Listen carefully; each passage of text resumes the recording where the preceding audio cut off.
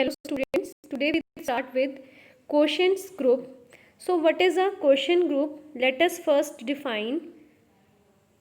Let H be a normal subgroup of G, and if A any element of G, then right coset HA is same as left coset HA. अगर आपके पास H कोई normal sub group है G का, तो आपके पास left और राइट कोसेट सेम होते हैं और यू कैन से इक्वल होते हैं. Then we can say that H is any coset of HA is any coset of H in G. Let us define a collection G by H as HA. This is collection of cosets where A belongs to G. We will prove that this collection G by H is a group and this group is called quotient group or factor group. तो हमने G by H को define किया HA where A belongs to G, set of all cosets. अब अगर हमने इसको group prove करना है तो group with respect to some operation होगा. So we will take that operation as multiplication of cosets. Let us first define multiplication of cosets. So let G be a group and H be a normal subgroup of G. The set G by H is equal to HA. A belongs to G under multiplication of cosets is a group. So define multiplication of cosets as HA into HB is equal to, अब आपने AH को combine कर लिया. अब AH जो है वो HA के इक्वल है because H is normal, so left coset is equal to right coset. H into H is again H, so it is HAB. सो आपने प्रोडक्ट किया दो कोसेट्स का और आपको फिर से एक कोसेट मिल गया bye HA into B. AB जो है वो एलिमेंट है G का because G is a group and अगर A और B दोनों एलिमेंट G के हैं तो A into B भी G में होगा because of closure property. So it is again a coset. It belongs to set G by H. Therefore, closure property satisfied. So, since closure property satisfies with respect to multiplication of coset, so we will now check associativity. For associativity, let us take three elements HA, HB, HC of set G by H, where A, B, C belongs to group G. So, let us check. HA को हमने पहले multiply किया HB और HC के साथ. अब multiplication कैसे define की थी? HA और HB किसके इक्वल है? HAB के equal. So it is HBC. Next is HA एक कोसेट है और HBC दूसरा कोसेट है. सो आपके पास क्या आ जाएगा इन दोनों को मल्टीप्लाई करके? HABC. नेक्स्ट हमने ले लिया HAB, HA इंटू HB, उसके साथ हम मल्टीप्लाई कर रहे हैं HC को. सो HA इंटू HB आपके पास क्या आ गया? HAB. Multiply with HC it is HABC. So therefore associativity holds. Next is existence of identity. Existence of identity के लिए let us take H. Now H can be written as H into E. E is identity element of group G. So this belongs to set G by H.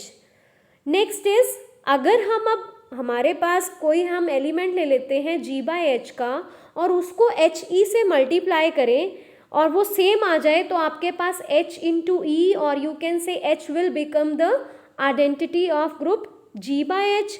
So let us check. So HA into HE हमने define कैसे की थी multiplication? H times A into E which is again HA. इसी तरह HE into HA is HE into A which is again HA. So H will become identity of G by H. So identity exist. Next is existence of inverse. Inverse के लिए let us take an element HA of G by H.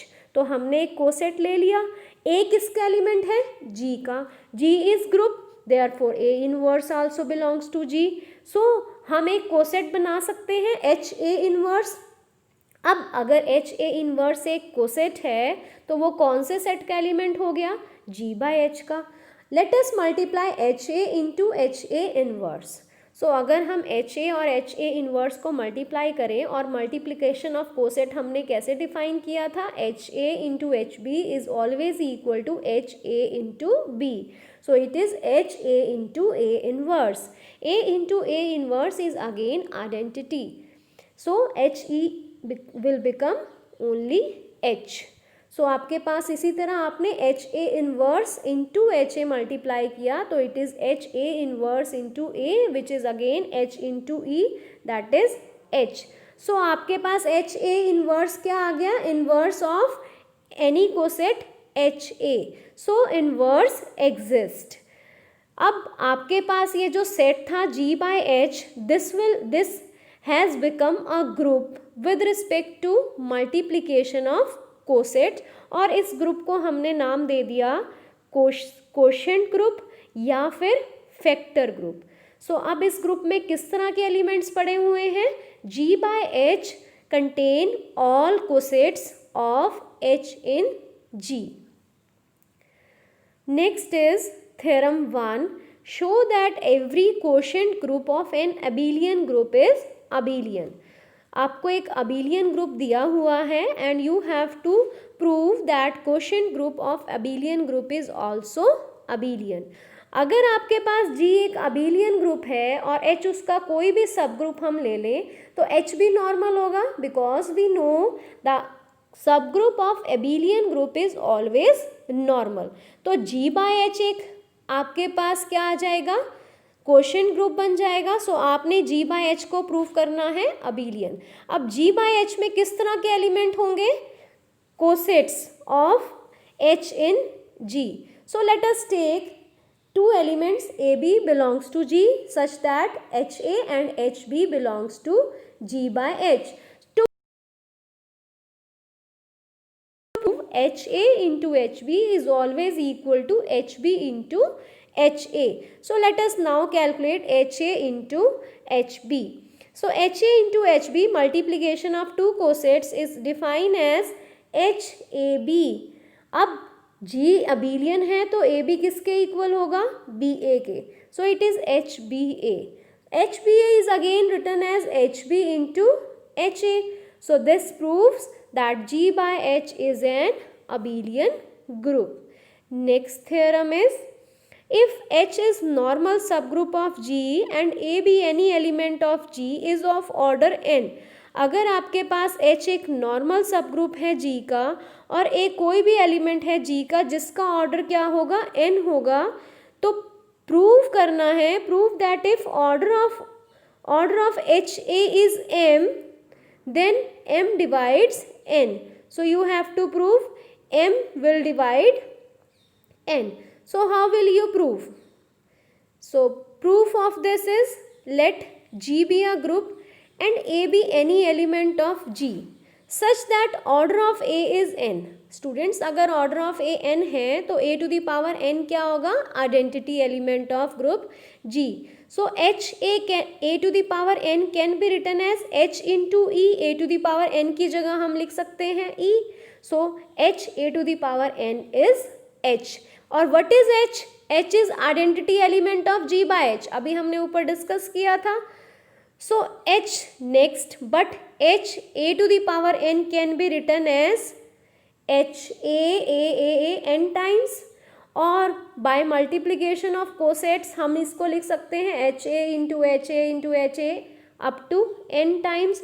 So it is written as H A to the power n। So H a n can be written as h a की power n।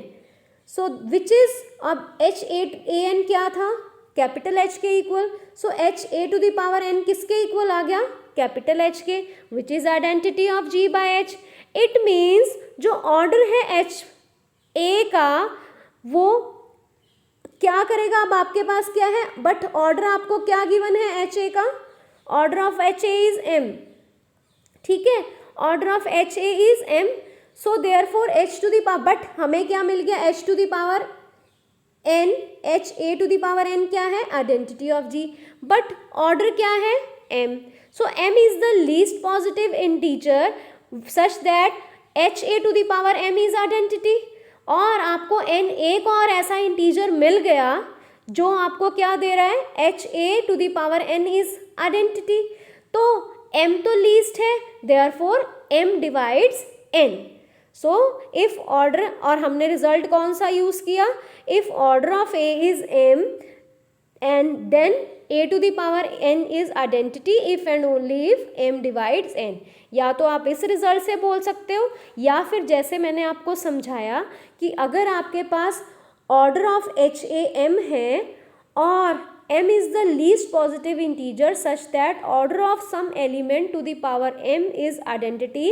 और आपको एक और integer ऐसा मिल गया such that H A to the power N is also identity, तो जो लीस्ट है वो ग्रेटर को क्या कर देगा, डिवाइड, सो m डिवाइड्स n, और you can use this result if order of a is equal to m then a to the power is identity if and only if n divides m divides n, ठीक है।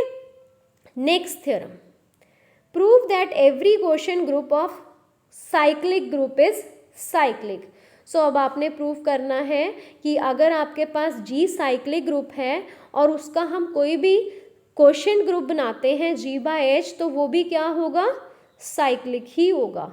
Since G is a cyclic group तो वो generate होगा single element से, let us say A, let G be a cyclic group generated by A, since every cyclic group is abelian, therefore ये जो आपके पास group है G वो भी क्या होगा, abelian। अब अगर abelian ग्रुप है G और H उसका कोई भी सब ग्रुप होगा तो H नॉर्मल सब ग्रुप बन जाएगा, so H is a normal subgroup of G, so we will define G by H as quotient group, or we now have to prove question group is cyclic, so हम question group को cyclic prove करने के लिए हमें ये prove करना पड़ेगा G by H is generated by a single element, और you can say all the elements of G by H can be written as element raise to power any element raise to power its integers, raise to power integers, ठीक है, integral powers में लिखा जाएगा हर एक element ए की। So let us say H is normal subgroup of G. Let A to the power n belongs to G. क्योंकि आपके पास G cyclic है and it is generated by A, तो G के एलिमेंट किस तरह के होंगे, A की पावर इंटीग्रल्स में, so A to the power n एक एलिमेंट होगा G का, so A to the power n belongs to G, कोई इंटीजर है n, तो आपके पास अगर A to the power n element है G का तो H A to the power n एक कोसेट बन गया, तो अगर ये कोसेट है जी एच इन जी का तो ये किस सेट में आ जाएगा, जी बाय एच में, सो अब H A to the power N कैसे लिखा जा सकता है, H times A N times, so हम इसको अगेन कैसे लिख सकते हैं, H A and so on, so it is H A to the power N. अब देखो H A to the power N किसका एलिमेंट था, जी बाय एच का, वो कैसे लिखा जा रहा है, in the integral powers of HA. So every element of G by H can be written as integral powers of HA. It means G by H is a cyclic group which is generated by HA. So this proves that quotient group G by H is abelian group. So cyclic group का जो भी quotient group बनेगा वो भी क्या होगा, cyclic होगा। Next theorem, let H1 and H2 be normal subgroups of G. So यहाँ पे आपको given है H1 और H2 दो normal subgroups हैं G के, prove that G upon H1 is equal to G upon H2, ये दोनों quotient groups equal होंगे, quotient group है ये दोनों equal होंगे अगर H1 equal to H2 है। First part is very simple, अगर आप let H1 is equal to H2 तो क्लियरली आपके पास जो भी सेट ऑफ कोसेट्स आएंगे दोनों में वो इक्वल ही होंगे, so G upon H1 is always equal to G upon H2 if the two sets, two normal subgroups H1 and H2 are equal, तो इनके जो कोसेट्स बनेंगे वो भी क्या आएंगे, इक्वल। और G/H1 क्या है, और G/H2 में क्या पड़े हैं, कोसेट्स पड़े हैं।